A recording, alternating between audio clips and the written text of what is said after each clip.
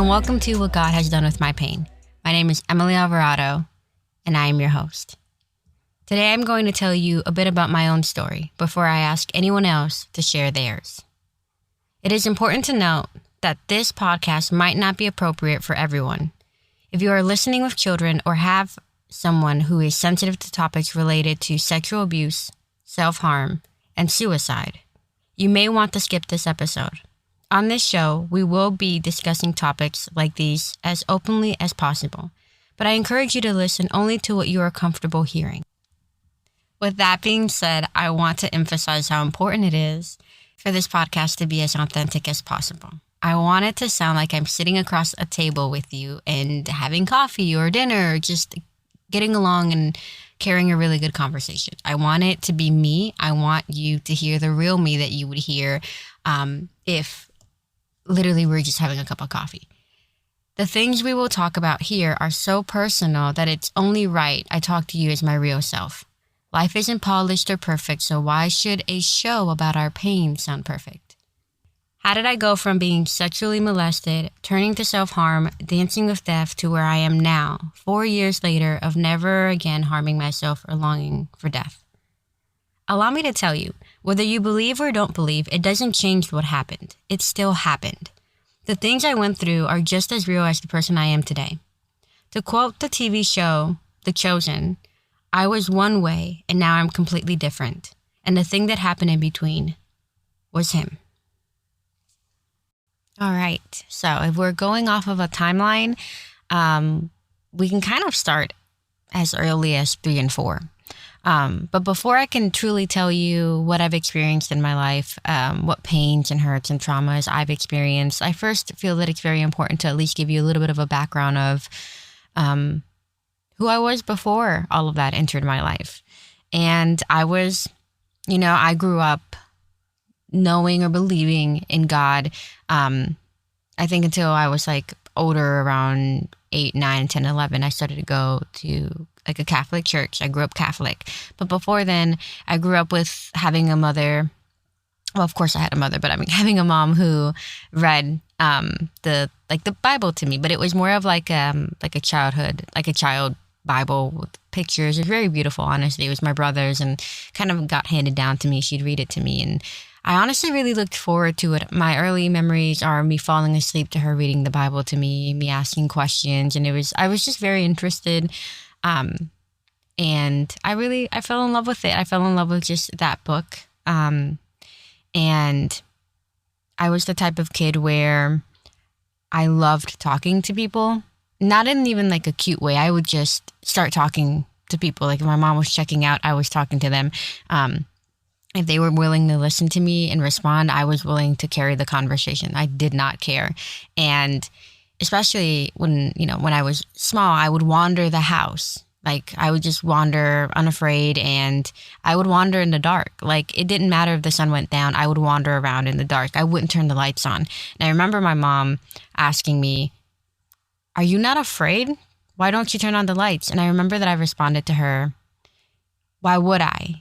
God is with me. I'm fine. God is with me." And that's kind of how I lived as a child. In my mind, God was my friend because he is. And he was with me. And that to me was enough for me to wander, to just walk around in the dark, not needing light. I knew where furniture was. I knew I wasn't going to stumble. But that was the response that I gave her when she asked me. And that was that. That was just me as a little kid. I loved when my mom read me the childhood Bible, and I just believed that God was always there, because that's what most parents tell you is he's there, he's watching, he knows everything. But that was more of my relationship with God at such a young age. But my upbringing, or where I was as a child, was in a very dysfunctional, I don't want to say family, but dysfunctional household. I had a very abusive, alcoholic father who also used drugs, and it was just not a great place to be in. But as a kid, you don't really see it because this is the norm for you. This is normal. running away from my dad with my mom and then hiding in the closet was normal while we waited for his storm to pass and for him to fall asleep on the couch or on the floor. Like, that was normal. I didn't realize that that was not something that other little girls were going through. Like, they didn't fear their dad. They weren't afraid of their dad's temper. And that was just a lot of what I grew up with. I watched my dad be very mean to my mom and the arguments. And I've seen him basically almost throw her out of a moving car. Like, just all of the things that kids shouldn't see, especially things that women should never have to endure with their spouse. I saw it. I witnessed it. It was hard because I didn't understand why my dad was the way that he was. And the amount of drinking, I remember I would ask him to stop. I even wrote up a contract. I wrote up a contract that he would stop drinking, and I had him sign it, and I taped it up on the wall. And every day he would come home, I would hug him, and I would ask him, have you drank? And to this day, I very well can pick up on the smell of alcohol. And I would smell it on him, and I would ask him, he's like, no, absolutely not. And because he was my father, I trusted him. I believed that was true, because you want to believe that the person that you love loves you back and isn't willing to lie to you and can see the pain, can see what you're asking of them. And that's all I wanted. I think that's all I wanted from him, was just that he would stop drinking. And I would always have that up. I would always look up to it. And I always felt very proud and happy that I managed to get him to stop, not realizing that, of course, he did not stop drinking. And that was just something very difficult for me in my upbringing, was just watching the abuse that took on in my family, I guess, in between my mom and my dad. And my mom was very, very sweet, very loving. She was extremely caring, was the type of mom where she just wanted to have her daughter close to her and hang out with her and dress her up and just love on her. And I have a brother who's 9 years older than me, and me and my brother have always been inseparable. He was always the type of brother where if I started crying or any little minor inconvenience happened, he would scoop me up and just make me feel better, let me play with his games, anything that would just distract me from whatever it is that I was feeling. Even when my parents would argue, he would grab me, kind of like something that you would see in a movie. He would grab me and take me to his room and just let me play his game, something to distract me away from what was currently happening. And just, that was the world that I lived in. Again, I thought that was normal. I thought that, I don't know, like you when you don't know anything else, you just become complacent and you think that that's normal. And by the ages of 3 and 5, I can't remember which one exactly. I just know I hadn't started elementary yet. I experienced sexual abuse. I was sexually abused by a half-brother from my father's side. He was around the ages of 22 and 24. I just remember, I don't know how to explain it. I just remember that when I first met him, I didn't like him. And again, this is going back to when I said I would talk to anyone who was willing to talk to me. I don't know. He walked in through the front door, and I remember feeling really standoffish and uncomfortable by him. And I wouldn't really come around him. I honestly don't have any memory being around him. But when he finally was able to get me alone, as a child, I didn't know what sexual abuse was. I didn't know about red flags. I didn't know. Again, I feel like the importance of awareness now and how so many people have spoken up is truly amazing, because these things are important. You don't expect that. We always talk about stranger danger, but a lot of the times are those who are very close to us and who we trust. And I just remember that when he was able to get me alone, being in this room with him and being sexually abused, the very first time I tried to fight him back. I was very little, but I tried to fight back, and I felt like I was punching in a dream. Like, my hits weren't landing. I wasn't able to defend myself, and then I was just simply overpowered, and I just felt powerless. I felt like my control was taken away from me. I didn't know what to do, and so I gave up. I gave up, and this went on for, I don't even know how long, but it went on multiple times to the point, or to the extent that I feel like he started to get sloppy with it. He got sloppy with it, in my personal opinion, because I would go with my parents on jobs and stuff like that, and he would too. And he would sexually molest me at jobs that they would be on. They would do like painting, or also like what's the word? I'm losing the word. It's like, what's the word? Carpentry. Yeah, they would also do carpentry and paint jobs, and he would go with them. And because I was so small, I would go too. And I always say, I think he started to get sloppy because he hadn't been caught. That he would sexually abuse me at the job sites as well. And I didn't fight back anymore, because the time that I did, I was overpowered. And I looked back for so many years, like, why did I go back into that room? Why did I follow him? Did I just accept what was happening? Like, I didn't know any better. I was so young. I didn't have the capability of being like, no, like, I can stop this, because the time that I did stop it, I felt like I failed. So I did not know how to stop it. I just remember the guilt that came over me of like, why am I letting this still happen? And also, like, at such a young age to be exposed to something just so disgusting. Like, you're exposed to something that you should never be exposed to at that age. That your eyes are open to something that you wasn't even in your like view. Like, even in, I don't know, it's something that you just weren't even thinking about. It's something that, like, a child is so unaware of. And I was, the door was open to this world of sexual abuse, and not knowing that it was sexual abuse, and shame coming on me, and just physically being exposed to something that, like, I always think back to when I tried to fight and how it felt, losing power over myself and control, and the struggle of that, and the domino effect that had on my life, both emotional, mental, and physical, just the domino effect that it had. And it was hard. It was so hard. I didn't understand it. But then again, like, when you're so little and there's no awareness, you don't know what's going on. You don't know how to talk about it. You don't even know that you're supposed to be talking about it. You know, this is an adult who's doing something to you. And I honestly have no idea how many times it happened, but it happened multiple times. And I was just complicit. I just was just going along with it because I felt like I couldn't fight back. I felt like I didn't have any power. I felt powerless. I felt so shameful, uncomfortable. And then that's definitely around the time when I felt very separated from God, because I felt like God could see what was happening.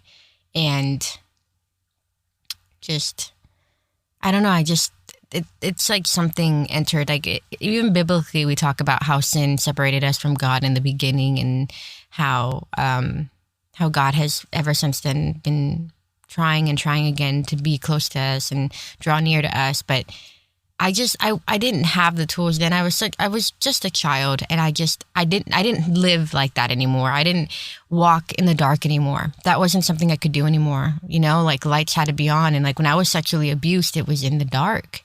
You know, like, it's so metaphorical or whatever you want to say, but like, isn't that so interesting that the lights are just off? And I mean that as literal, like, the lights were off. He never turned on the lights. That was not something that he did. He did it in the dark, or even if the sun was out, like the everything, shades were drawn, like the lights were just off. And what I used to find so much comfort in, what I used to be able to walk in fearlessly, comfortably, was taken away from me. And I never realized it. Like, from the moment it started to happen, I couldn't walk in the dark anymore. I couldn't just feel like I could feel God near me, because I myself just didn't feel worthy of that anymore. And I struggled a lot with that. I didn't seek out God anymore. I lost that childlike wonder at such a young age, to be a child but no longer have that childlike wonder, to have that taken away from you, to have that stolen from you, and then you are just left with the mess that is incredibly difficult, and not even know how to do it, not even know how to deal with it, especially when no one else knows it's going on. So that was, with everything else that was going on in my life, with the broken home that I was already living in, I just went along with it. I accepted it. It was really hard. When my mom finally discovered what had been going on, she reacted how you would expect any mother to react. She was heartbroken. She was devastated, and she wanted justice. And she took me to doctors, and they did DNA, and they confirmed. And she also took me to speak with a detective, and all these things were going on. And I became so overwhelmed after having to repeat the story over and over and over again to my mom, because she wanted to make sure before she went to authorities. And after talking to doctors, by the time I got to the detective, I was just so exhausted and so scared and tired. And I remember I was sitting in his office, and I couldn't bring myself to speak. I didn't want to. I was just afraid, overwhelmed. He tried to hand me like a bear. Like, he allowed me to pick out like a teddy bear or like a doll basically like a treasure chest to kind of get me to warm up. And my guard was up. I couldn't keep talking about it. I locked down. And it was, of course, very difficult already. And my mom was just so loving and so kind and tried very hard for me. Like, that is something that I will never forget. It's just how hard she tried for me. And it went from that to when my father found out, he ended up giving his son a heads up so that his son could get away in time before the authorities got to him. And I remember thinking, like, why haven't they gotten him? Like, where is he? And I came to find out years later that my father, or I don't know, years later, but I found out that my father warned him and helped him get away. And, I already suffered that sexual abuse from him. And to find out later on that my father chose him over me, and it wasn't even just about, picking me. It was just about, like, am I not enough for you to fight for? Am I not enough to receive the justice that I deserved? Like, did it not hurt you what happened to me? I always loved you with all of my heart, no matter what happened. I saw you as my father, and I would always be by the door when you got home, and I'd help untie your shoes, and I looked up to you. And you, knowing what you knew, chose to help him get away. That always broke me. That shattered me. And I don't know, I just remember that after he got away, I always felt this kind of guilt of like, oh no, had I said something, we would have gotten him, or would have been able to have caught him. And I didn't know at the time that my dad helped him get away, so I just lived with a lot of that guilt. I struggled with that a lot. I blamed myself that he got away. If I had spoken to the detective, if I had tried a little bit harder. And the domestic abuse still went on, the arguing still went on. And I remember that I looked at my mom and I said, why are you still with him? Why don't you leave? Because it got to a pretty bad point. And my mom has always recounted that that's what she needed me to say for her to leave. At that time, my mom thought that the best thing for me was to stay with my dad until I was old enough to see that she tried and it didn't work out. But I told her that, why are you still with him at like 6 or 7? And that is what she needed to get up and go.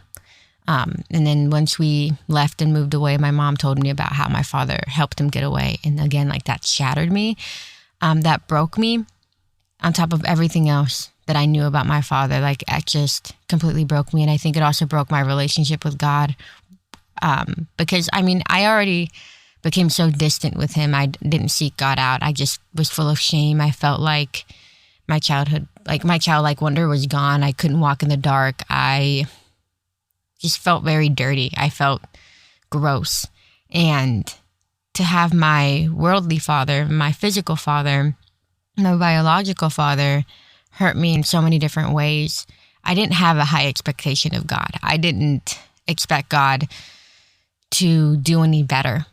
I went ahead and just blocked out. And I mean, I grew up Catholic. I would go to church. I would go to mass, and I didn't learn much of the Bible. Not after what my mom would do, like when she would read to me, but I didn't like study the Bible, and I didn't go to church and read the Bible. I would just go attend and leave because we got to have dinner afterwards. That was just the routine that I was used to. And I think that I don't know, I just became very, I wasn't a troublemaker, but I was still kind of like bubbly, but it was just very different. It was very different. And for a while, I just stopped thinking about it. My family was the type of family where we don't talk about it. We don't mention it. And I never talked about it because I knew that it hurt my mom, and I knew that it hurt my brother. And I wouldn't speak of it. And I knew that they didn't speak of it because they were hoping that I'd forget, because I was so young that they were like, hopefully, if we don't talk about it, she'll forget. There's a time that I definitely just like drowned it in the back of my mind, and there's a door that shut, and you can forget if you don't think about it much, but if I tried hard enough, I would remember. Or later on, when I was around 22, 23, it came back to me. I was watching something, and someone had been like sexually abused, and I remember thinking how hard that must be. And then it's like a door opened and a flood rushed out, and all of the memories came back, and I just remember being like, oh my goodness, like I've been a victim, and I know what this is like. I've experienced this myself. And yeah, like I just started a domino effect. I didn't realize that it started in the separation with God, that it started, and I really struggled.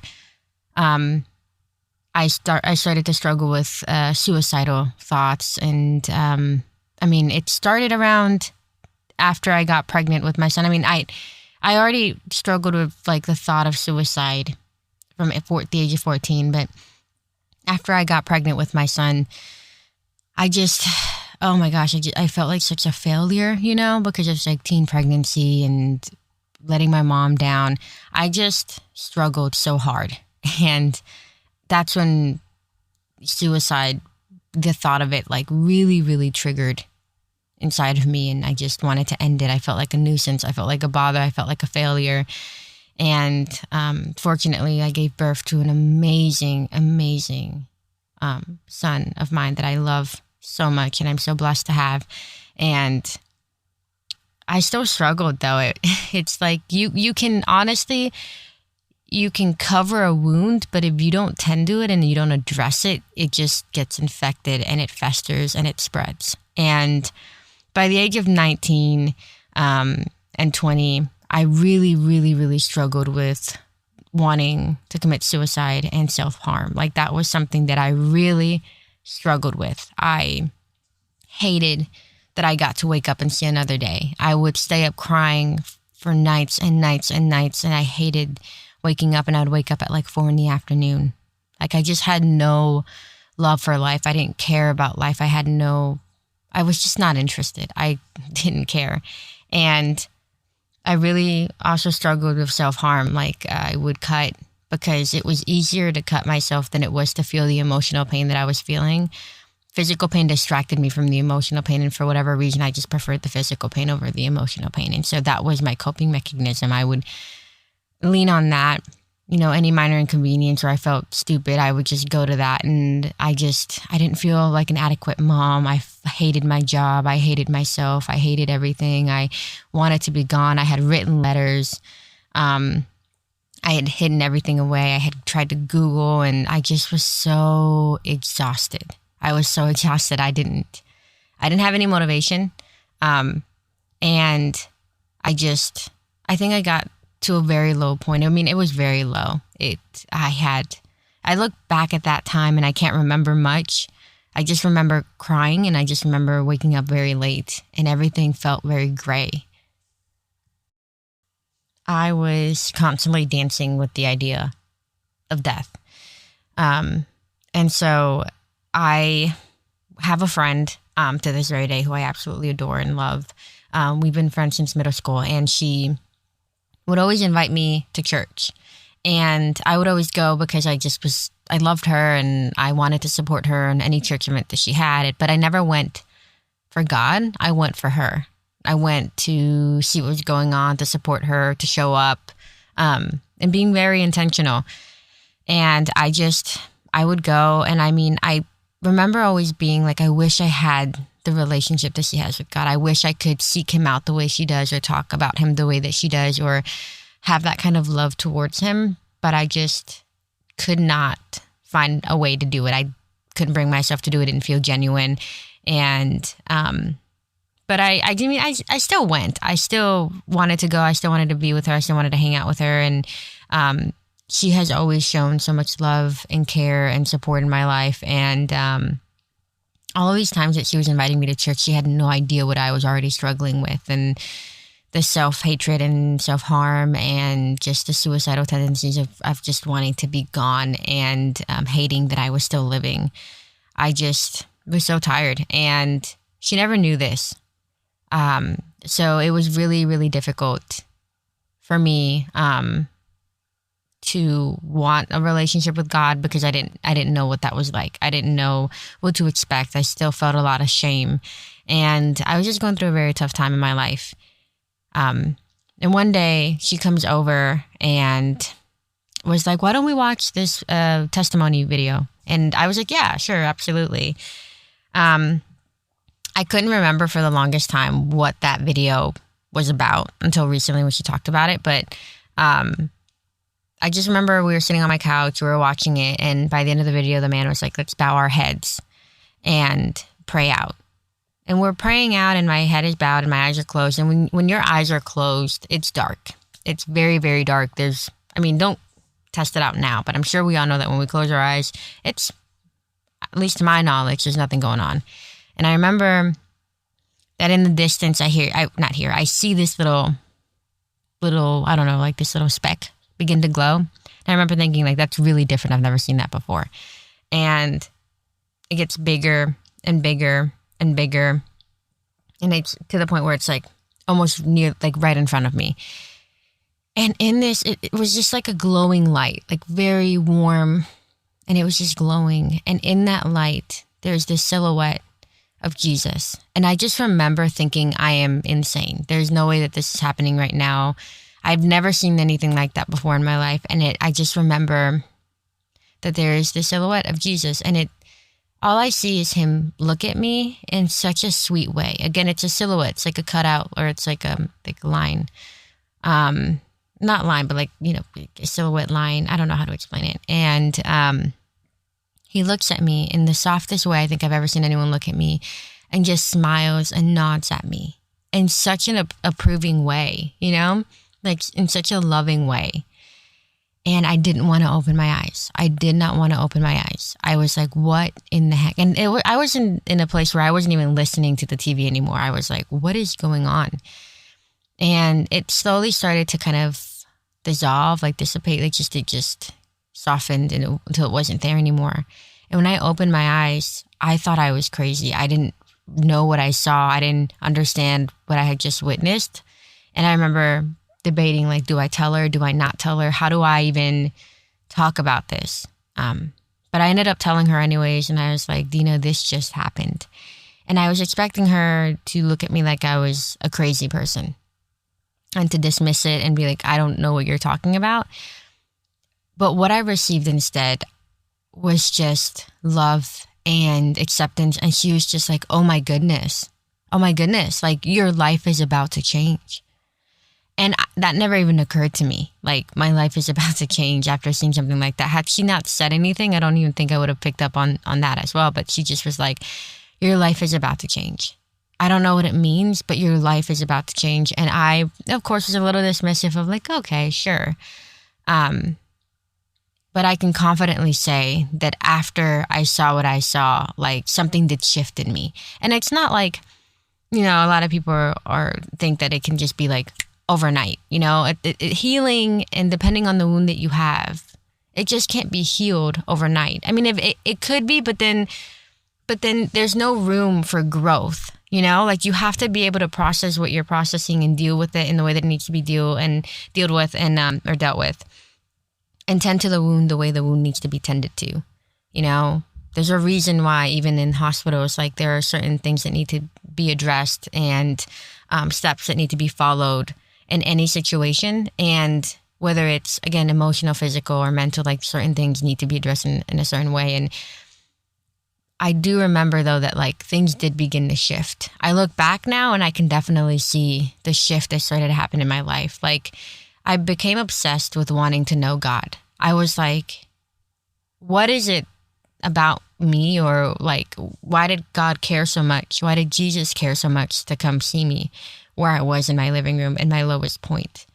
And so I started to seek God out, and I started to try to read the Bible more, but like I never learned how to actually read the Bible. Like when they say like open chapter or go to Exodus chapter 8 verse 2, like I never understood what that was. I just opened my Bible and flipped through it and pretend like I knew what was going on.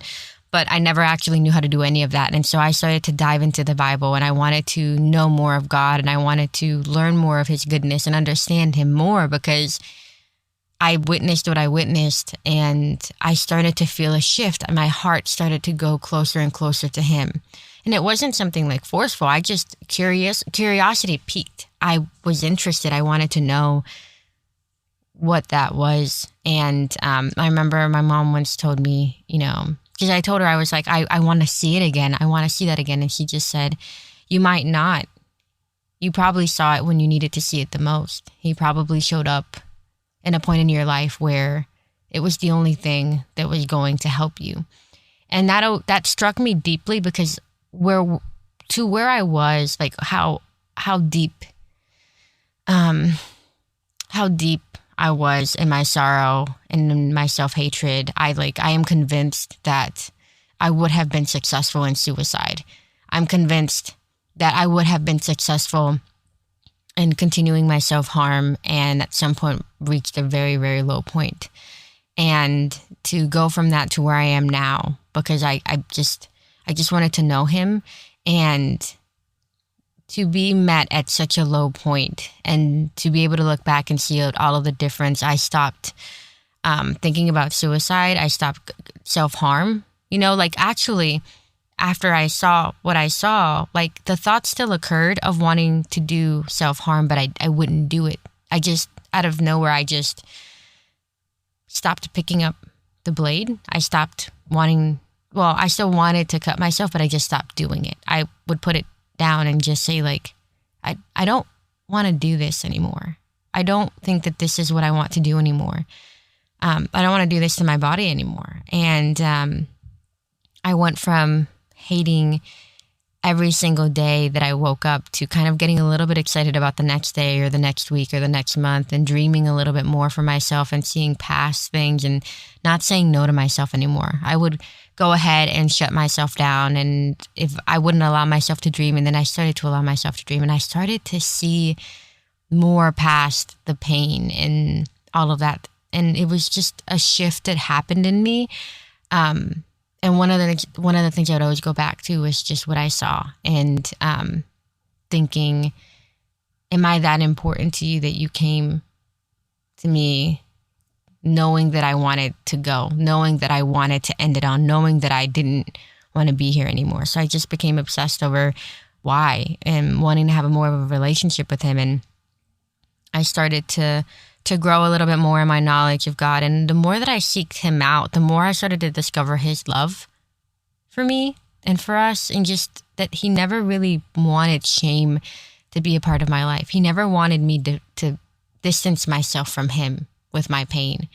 If anything, he wanted to be there with me, but I never knew that that's what he wanted. I just immediately separated myself from him. And the more that I went down this rabbit hole, and seeking God out, the more I just truly became to change. Like I used to have a really bad sailor mouth, and I just stopped cussing slowly. I was just like, I don't think I want to do that anymore. And I stopped letting anger control my life. I started to kind of think about others before I acted on my emotions. There was just a huge shift. Like it happened over a period of a year.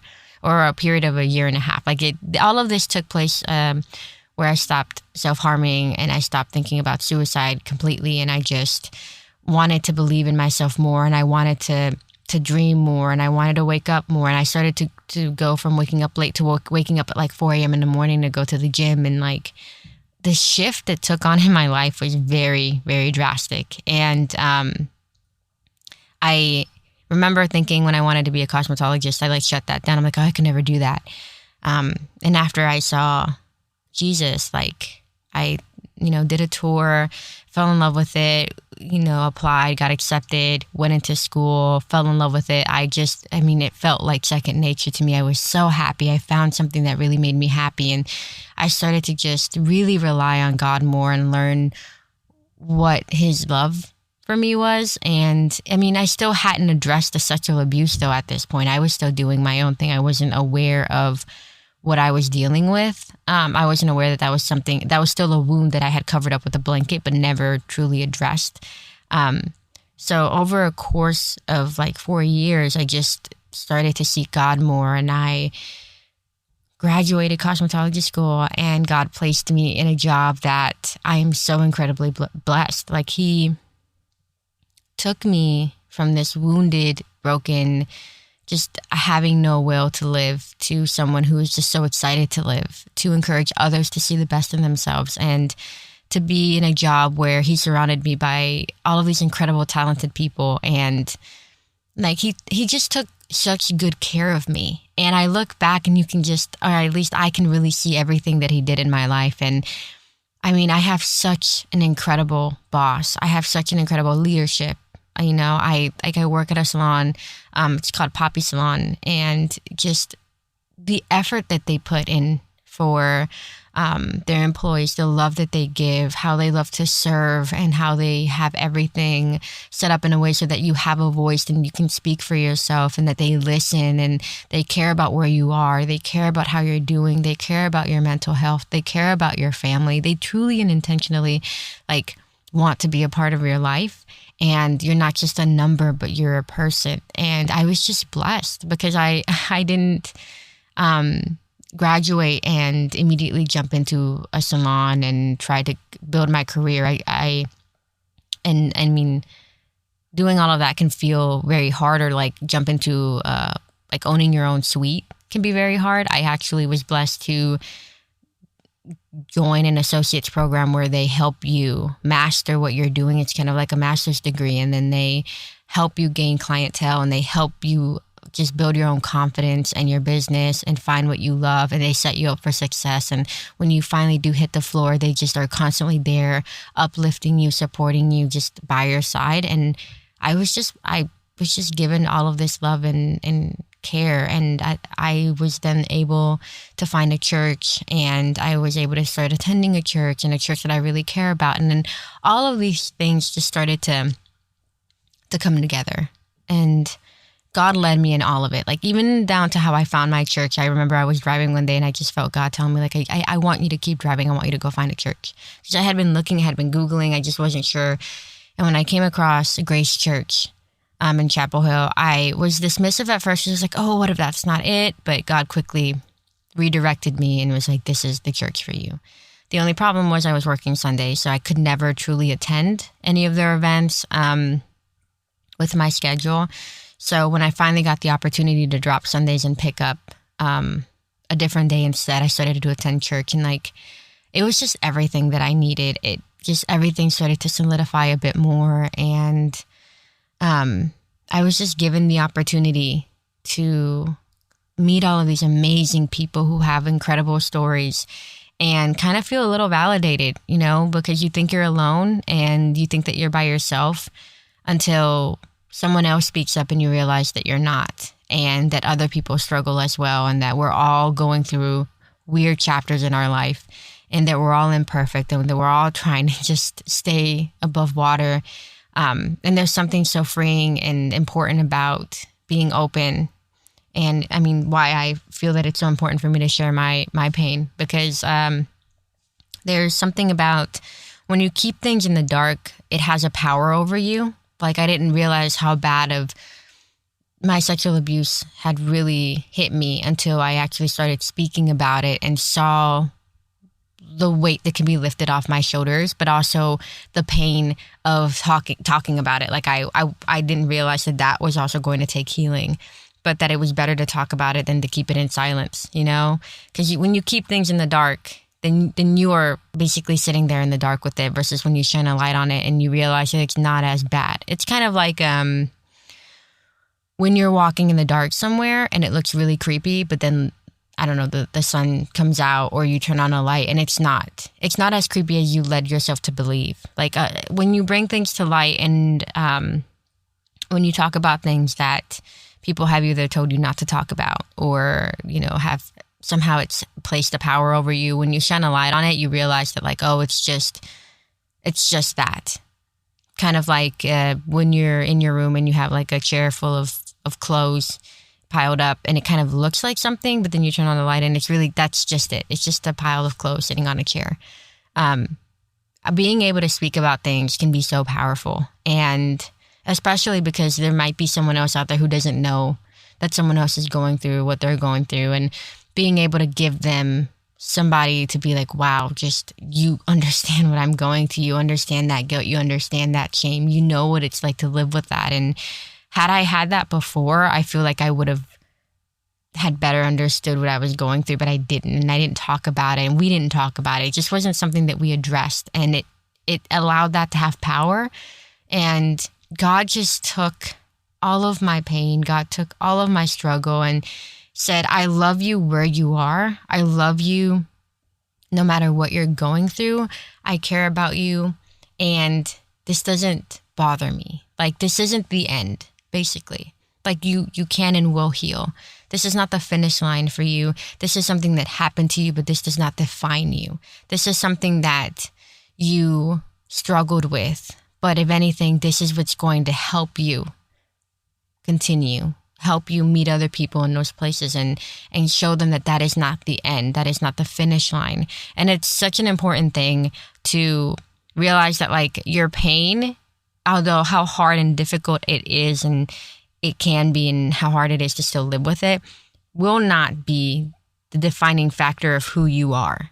That is never going to be the defining factor. What someone says to you, what someone has done on to you, what someone, or even like what you could have done to someone else. Like those things are not the definitive factor of who you are as a person. And it is so important to remember that, like, there is more to you, and pain is just a small percentage of what you are. In 365 days, if you have about, let's say, 25 bad days, that's still a smaller percentage of all of the other good days that you can have. And I feel like we focus so hard on the bad. We focus so hard on the difficult. We focus so hard on everything else. We hyper focus on it. And therefore we just want to believe that that's all we'll ever be. And we'll overlook the good. You know, like something that bothered you 3 months ago, you don't even think about today. But 3 months ago, that was the be all. You know, that was it. That was the only thing that you knew. And that's just not fair. It's not fair to do that to ourselves. And a lot of the times, like, what God symbolizes is forgiveness and grace, and just like we're not perfect and we don't have to be. And He has showed me how to fall in love with myself, how to care for myself, how to be excited for the next day, how to care for my son, how to be there for my son. When I was so close to leaving him without a mother, He showed me how to step up for my son in a loving way, how to love my son, how to hear my son, how to speak to my son and not speak at him, but to speak to him and carry a conversation. Through God's love, I've been able to love onto other people and to love onto my child, because I shifted my view from, I said this thing and this person is being mean to me for it, instead of being like, I said this thing and the way that they received it was difficult.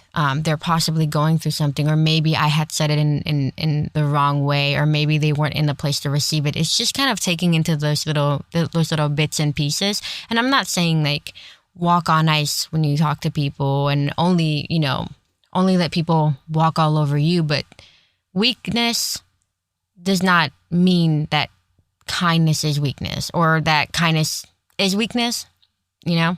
I don't know how to exactly, I'm not editing that out. I'm just, again, trying to be as open and honest with them, or as authentic as possible. But like, kindness does not equal weakness. right? Sometimes we don't realize that we need someone to be kind to us for a second or give us grace. It's so easy to think about how dismissive we are towards being kind to people or giving grace until we need it, until we need someone to understand where we came from, until we need someone to show us grace. Then are we willing to understand what it's like? And just to go again from someone who wanted to die every single day, who self-harmed, who just was crying all the time, who like just complete self-loathing, to who I am today is day and night. It's completely day and night. And the only thing that happened in between was Jesus. I would not be the Silas that I am today had he not stepped into my life when he did. I am convinced that I would have been successful in my attempts had he not stepped in. I am convinced that I would have continued self-harming. I am convinced that I would have never gone after cosmetology had he not stepped in. I am convinced I would not have been surrounded by the people that I am today. I am convinced that I would have gone down a pretty bad motherhood had I still kept the way that I was going. I was selfish. I wasn't caring. I was, but I wasn't because I didn't care. I stopped caring. I just wanted to end. I wanted it to, I could not wait till I figured out how I was going to do it. And that was what was eating me alive. And now I can look back and I don't recognize that person anymore. I don't recognize who that was. And it's like a whole different person. It's like a completely different person. And to see where I am now and all of the people that I've gotten to know and all of the stories that I've gotten to hear and just how God has shown up in his goodness in so many different ways into the lives of others in situations that you would have thought were impossible. If back then you would have told me that I was a stylist, that I had my own place, that I was an amazing mother, that I had a son who was just so incredible and that I was in an incredible relationship and that my career was flying and that God trusted me with so much and that God loved me and that what happened to me with my sexual abuse did not matter, I would not have believed you. I would have said, yeah, whatever. I would not have believed that any of that was real, especially if you had told me that I would have never again harmed myself, that I never again would have cut myself, that I never again would have thought about suicide. I would have thought you were insane. In that time, what I was dealing with was it. That I was convinced that was it. There was no healing. There was no other way of getting out of it. There was nothing that you could do or say that was going to change my mind. And God can do the impossible. There is nothing that he cannot do. There's nothing that he cannot work with. There's nothing that, honestly, and people just have this stereotype of you are wrong, you have fallen short of God's expectations, therefore you can't have a relationship with him. When in reality, we do fall short of his expectations because we are not perfect. We trip up. Every now and again, I'm trying to spell a word and I forget how to spell the word. But that doesn't mean that I can't write or read. It just simply means that there are days where I fall short, where I don't hit the mark. But I'm still loved. There are days where my son might have not, listened or done this one thing, but I still love him. That will never change. And God showed me what that is like. To love your child no matter what they do, no matter the expectation that they hold for themselves or the expectation they think you have on them. And still loving them and still caring about them and just wanting to be there with them and just wanting to cheer them on. That is all he wants. And the goodness that he has given me and the love that he has shown me is just day and night that I showed myself. And I said it earlier, I do not recognize who I was before. That seems so foreign to me. And I am just so incredibly blessed. And I am so incredibly lucky to have the relationship that I have with God now and to be able to say that there is no greater love than his. There is no explaining it. Every person has a different story and how God showed up in their lives. And I'm just so incredibly grateful that he showed up in mine. When I wouldn't show myself grace or show myself love or give myself the benefit of the doubt, he did. And I wouldn't have what I have now. I wouldn't work in the place that I work now. I'm so incredibly grateful for everything that God has done in my life and what He has done with my pain. That is something that I will carry and I will never be ashamed of, and I will always be grateful for. And God gave me the incredible opportunity to go from where I was, from being dead to being alive, because like I was alive, I was walking, I was breathing, I was functioning, but I wasn't living. Going from day to day wanting to be dead, not experiencing life, not enjoying those just golden hour moments, that's not living. To just holding on to the most difficult things and allowing them to rule your life, that's not living. And to have God take me and give me this new life, to give me this new opportunity to live, to give me this new insight, to give me this new view on everything has been truly amazing. And like it says in Ezekiel 36:26, and I will give you a new heart and a new spirit I will put within you, and I will remove the heart of stone from your flesh and give you a heart of flesh. That always stood out to me. Like after I saw him, it was one of the most impactful verses that I came across. And it was fairly recently after I saw him when I started to seek him out. And it stood out to me. And it is something that is till this day my very favorite Bible verse, because it just speaks to his character. He takes you from where you are. Does not matter the situation and where you are finding yourself and how hard your heart might be towards the world, towards your family, towards your friends, towards yourself. He will take that heart of stone.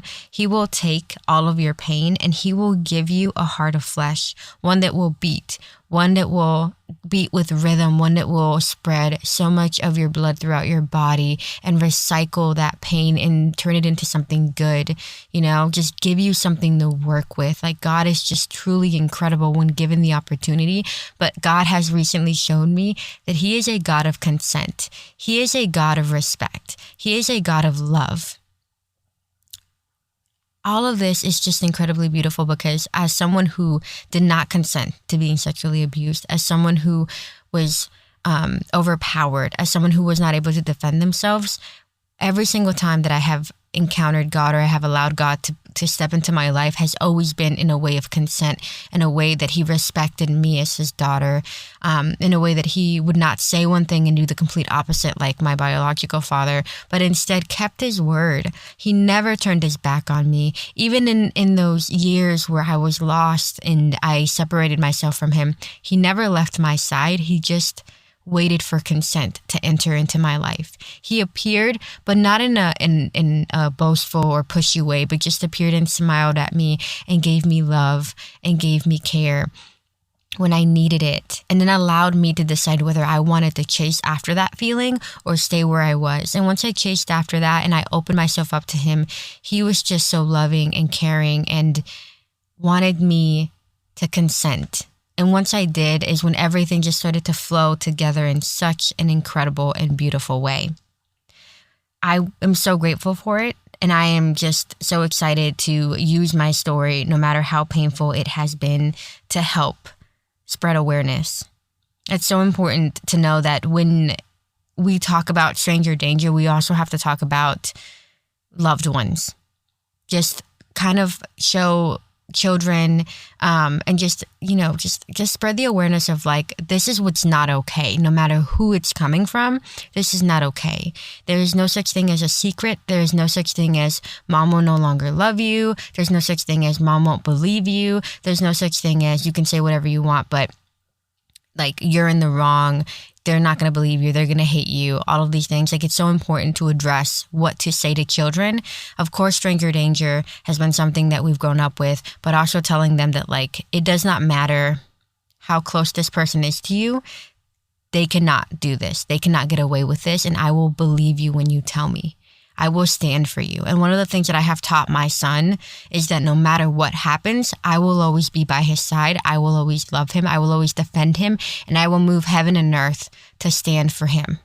And I have taught him no matter what, this is what cannot happen. This is not okay. But this does not remove you from my heart. I do not see you any different. I will just stand with you and I will believe you. No matter what anyone tells you, I will believe you. It's giving them the tools and the confidence to know that this is, that you stand with him or them and that you are with them.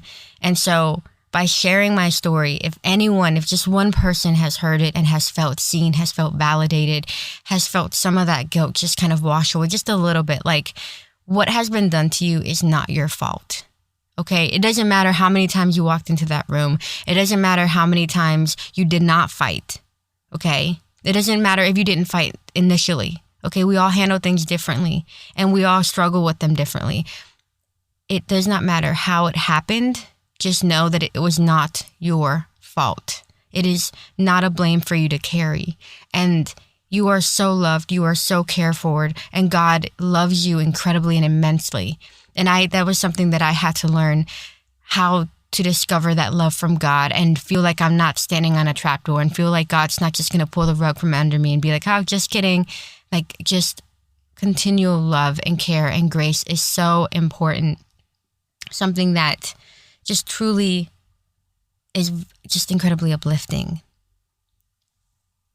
Recently, one of the verses that has touched me the most when I came across creating this podcast that I felt God placed on my heart when I opened my Bible and I was searching for him to just, whether confirm or not confirm, is Philemon, verse 14, chapter 1. It said, "But I didn't want to do anything without your consent. I wanted you to help because you were willing, not because you were forced." And that shattered me because it felt like God was just simply telling me like, hey, like this is your pain. This is your decision.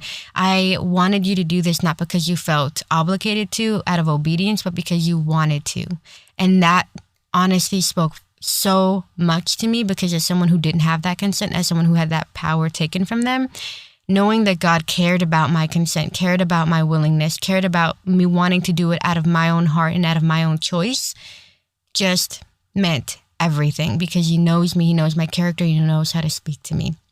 And there is so much beauty in knowing that God does not want it by force. He just wants it willingly, kindly, and just wanting to meet you where you are. And I thank you so much for sitting here with me and listening to my podcast, listening to my pain, listening to how God has shown up in my life and how he has transformed me to the woman that I am today. I am so blessed. I am just so lucky to have this platform and to use it to interview more incredible people and to hopefully get their stories out there to those who need it.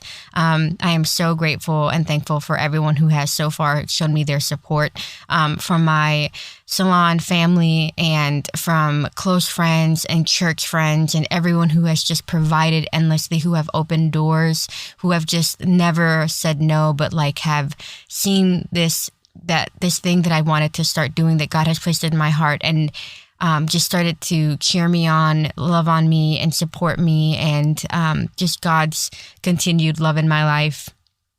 I also want to give a huge shout out to Lazuli, the artist and singer of No Greater Love, which is the song that I'm using on my podcast. And she granted me permission to use it. I am so incredibly grateful. It's such a beautiful song. If you want to hear the full song, you can go on Spotify and look up No Greater Love by Lazuli. Her Instagram handle is LAZULIPROJ. She recently just came out with a new song called Helmet of Hope. She is such an incredible, talented artist and so blessed and anointed by God. Her voice carries so beautifully, and I am just so honored that she allowed me and granted me permission to use her music on my podcast. Chosen by your spirit.